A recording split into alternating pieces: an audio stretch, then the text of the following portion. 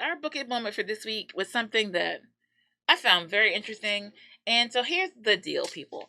I often talk about why it is that we do a book it moment. Because once again, every time a millionaire, successful individual is interviewed, and everyone always likes to ask, what are the top 5 things that you do? And they all say, I have yet to see it happen. I don't know if it's true for all of them, but they all say that they read.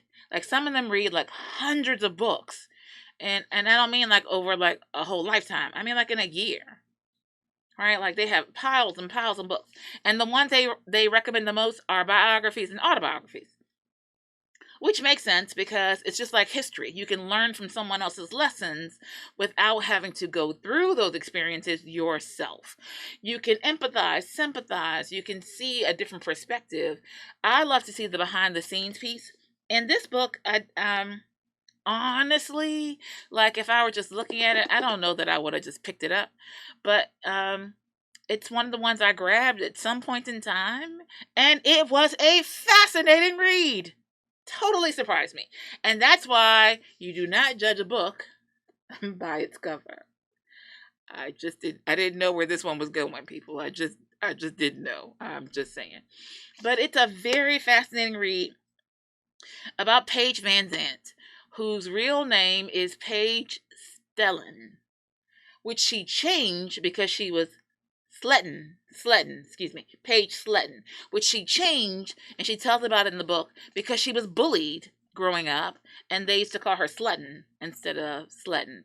And so she was a little bit of a tomboy. She goes through a lot. Like, she experiences sexual assault. She's bullied a lot growing up, and she has a ton of different experiences of what she encounters. She's a Midwest girl, and now now I'm not sure if she's retired now, but I think she is. I think her last fight was maybe a couple of years ago, but I could be wrong.